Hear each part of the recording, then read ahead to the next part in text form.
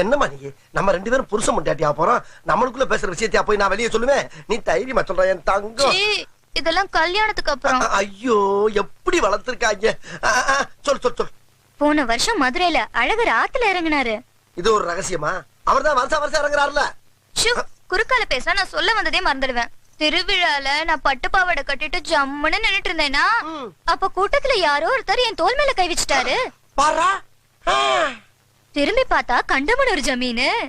அவரை நான் பாக்க, அவர் என்ன பாக்க பாத்துக்கிட்டே இருந்தா முடிவென்ன?